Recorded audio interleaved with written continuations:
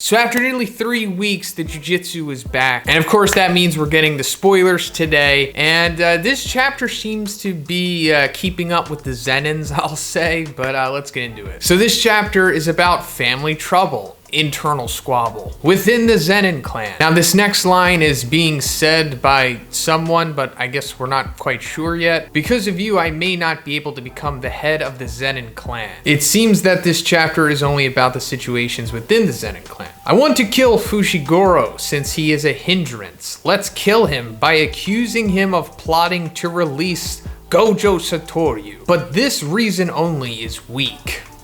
So need to kill their own daughters, Maki and Mai. Translation note, it seems that Ogi is the one plotting to kill Fushiguro, Maki, and Mai. So to catch you up, Ogi is the older brother of Naoya and Junichi, another guy that we're going to be talking about in this chapter, but most importantly, Ogi is the father of Maki and Mai. The leaker says, since I didn't quite understand the characters, I did some research. Naoya and Junichi are the ones talking nasty things. Naoya wants to become the head of the Zenin clan.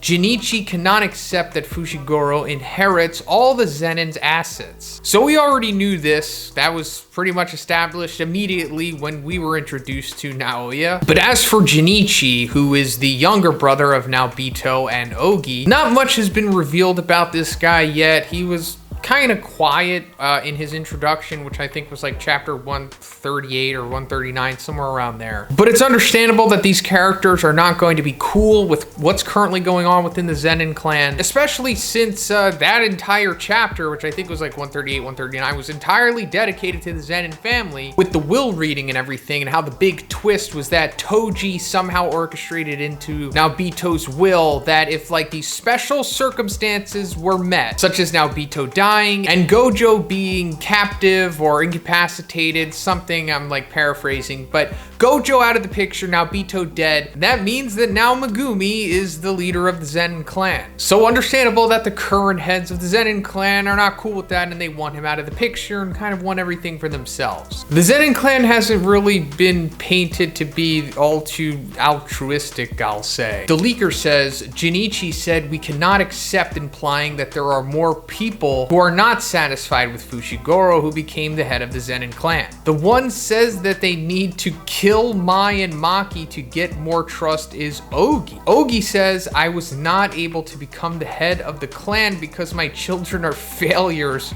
Ogi cries, ending the chapter. So this is pretty dark. Ogi, I guess at least from what is being said here, it's implied that in order to get trust from the whole Zenin clan or all of Jujutsu Society or the higher ups, or not entirely sure who he's trying to get the trust of, maybe Naoya and Junichi? But in order to do that, he's gonna straight up kill his own daughters here, Maki and Mai. So I guess his inherent motive here is just because he's bitter about not being able to become the head of the Zenin clan because they were failures. So now he's going to kill them to get the trust of others, but also kill Fushiguro in the process. The one to suggest killing this time was Junichi. The fortune Junichi was worried about is probably the weapons. Maki was banned from entering the warehouse, but was allowed because of the head Megumi, and because the right to use weapons is the lifetime for a sorcerer, so she didn't hate it. Ogi was waiting in the warehouse and Mai is already beat up. Ogi cuts Maki, not knocked out. Okay, so this is a little difficult to follow, but I'll try to make the best sense of this I can. So maybe it wasn't Ogi that suggested killing Maki and Mai. Maybe it was Junichi saying that like, hey Ogi, if we're gonna fully trust you, you have to straight up take out your daughters, bro. That makes more sense, or at least it's less dark, I suppose, if it's Junichi suggesting it and not directly Ogi himself, who is their father, of course. And this gives us more insight into Junichi, revealing that he is, I guess, just as evil as Naoya. But as for what's going on with Maki, I think like 2 chapters back, like when they were done talking to Tengen and they all went their separate ways, I think Maki was the one who said that she was going to go to the Zenin arsenal and get some awesome weapons and stuff, and then also with the assistance of Tengen was going to use Juzo's workshop, the guy with the axes from the Goodwill event arc, which meant that Maki was like going to augment the already super powerful, I'm assuming special grade weapons that the Zenin clan had in their possession. And it's also revealed here that she was going to have some trouble to get in there initially, but now that Fushiguro is the head of the clan, you know, she just gets to bypass that and go straight in there. But apparently when she goes in there, Ogi is already there and Mai is already there too.